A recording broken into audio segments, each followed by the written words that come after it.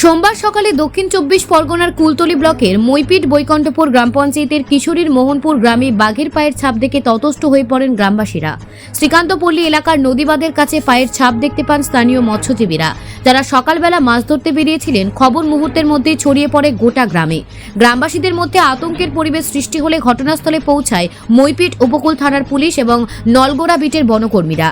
তাদের সঙ্গে ছিলেন স্থানীয় পঞ্চায়েতের উপপ্রধান শঙ্কর দাস। বন দপ্তরের কর্মীরা জানিয়েছেন, পায়ের ছাপ দেখে বাঘটির উপস্থিতি নিশ্চিত করা হয়েছে এবং সেই অনুযায়ী এলাকায় তল্লাশি শুরু হয়েছে।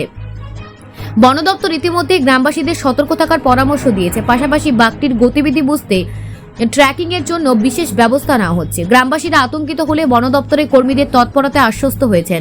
তবে এখনো পর্যন্ত বাঘটিকে দেখা যায়নি। বাঘটি সুন্দরবন অঞ্চল থেকে লোকালয়ে প্রবেশ করেছে বলে অনুমান। নিরাপত্তার জন্য এলাকায় বাড়তি সতর্কতা নেওয়ার নির্দেশ দেওয়া হয়েছে। Bureau report, news prime times. আতঙ্কতে ভুগছে গ্রামবাসী এখন প্রচণ্ড আতঙ্কতে আছে। এখন হচ্ছে কেউ বাড়িতে বেরোতে পারছে না। শুধু এই 10-15 জন একসঙ্গে করে জড়ো হয়ে ওই পাউড়িগুলো দেখা বা বাঘটা কোথায় গেছে হাঁটার পরে আবার হচ্ছে কি ঘুরে অন্য জায়গায় সরে চলে গেছে কি আছে ওইটা দেখার জন্য সবাই এখন হচ্ছে। কিন্তু আছে কেউ বাউন্ডারি থেকে লাফছে না, নদীতে কেউ লাফছে না। কেননা এই কারণ যে হচ্ছে ফরেস্টারকে ফোন করা হয়েছে, ফরেস্টার আসুক, এলে তারপরে হচ্ছে কি সবাই মিলে ফরেস্টার আর আমরা সবাই মিলে হচ্ছে গিয়ে দেখবো, সহযোগিতা করবো। আমাদের গ্রামবাসী সবাই সহযোগিতা করবে। কিশোরী মোহনপুর টোটাল শ্রীকান্তপল্লী মিলে সহযোগিতা করে আমরা যাতে বাঘটাকে উদ্ধার করা যায় সেই চেষ্টা করব। আপনার নাম? আমার নাম দশরথ দাস, কিশোরী মোহনপুর বাড়ি। নমস্কার, আমি মইপিট বৈকুণ্ঠপুর গ্রাম পঞ্চায়েতের উপপ্রধান শঙ্কর দাস। আমাদের কিশোরীপুর গ্রামের শ্রীকান্তপল্লী সংলগ্ন একটা বড় দ্বীপ আছে এবং সেটা গভীর জঙ্গলে পরিণত হয়ে আছে। সেখানে প্রায় সময় দেখা যায় যে সুন্দরবনের রয়্যাল বেঙ্গল টাইগার পেরিয়ে আসে। আমরা গ্রামবাসীরা সতর্ক থাকি এবং তাকে মুখ দিয়ে আপাতত জঙ্গলে ফিরিয়ে দেওয়ার জন্য বন বিভাগও সাহায্য করে এবং স্থানীয় প্রশাসনও সাহায্য করে, লোকাল যে কোস্টাল থানা আছে। এবং আমরা আমাদের গ্রামবাসীদের নিয়ে রাত্রিতে যেমনভাবে পাহারা দিই, সাথে সাথে আজকে সকালবেলা একজন মৎস্যজীবী মাছ কাঁকড়া ধরবার জন্য নদীতে যাচ্ছিলেন।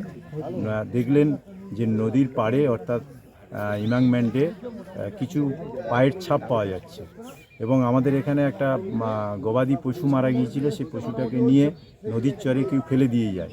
সেই নদীর চরে সেই পশুটাকে লক্ষ্য করেই বাঘ কিন্তু মূলত এখানে এসেই সেই পশুটার চতুর্দিকে পায়ের ছাপ সহ আমরা এগুলোকে দেখতে পাচ্ছি এবং সে পশুটাকে সেখান থেকে সরিয়ে অন্যত্র নিয়ে গেছে।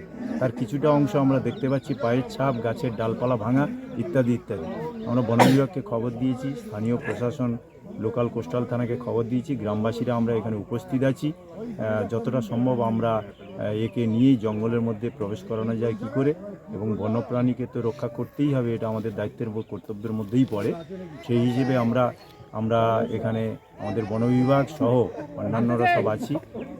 বিশেষ করে আমরা এটা বলতে যাচ্ছি যে কিশোরীপুরে নয় বৈকুণ্ঠপুরে কয়েকদিন আগে একজন মৎস্যজীবীকে বাঘ আক্রমণ করলো এবং তাকে নিয়ে মৎস্যজীবীরা তাকে সরিয়ে নিয়ে চলে এসছে এবং নিয়ে এসে তাকে আমরা এখানে আমাদের প্রশাসন এবং আমাদের স্থানীয় লোকাল থানা এবং আমাদের বিডিও ইত্যাদি ইত্যাদি এরা এসে এখানে তাদেরকে হেল্প করেছেন এবং সেই পরিবারের প্রতি আমরা সমবেদনা জানাচ্ছি। এবং এই বাঘটা কিন্তু দীর্ঘদিন এবং দীর্ঘ সময় ধরেই দেখি এই এলাকাতে বিচরণ করছে। কোনো সময় চলে যাচ্ছে, আবার ফিরে আসছে গ্রামের মধ্যে। তবে সর্বোপরি আমরা গ্রামবাসীরা সতর্ক আছি যাতে একে বন বিভাগ এবং অন্যান্য প্রশাসনের সাহায্যে আবার তাকে জঙ্গলের মধ্যে ফিরিয়ে দেওয়া যায়, সেই ব্যবস্থার মধ্যেই আমরা আছি। গ্রামবাসীরা কি আতঙ্ক রয়েছে? হ্যাঁ, গ্রামের মধ্যে তো অবশ্যই মায়েরা তারা রাত্রিতে বেরোতে পারছে না।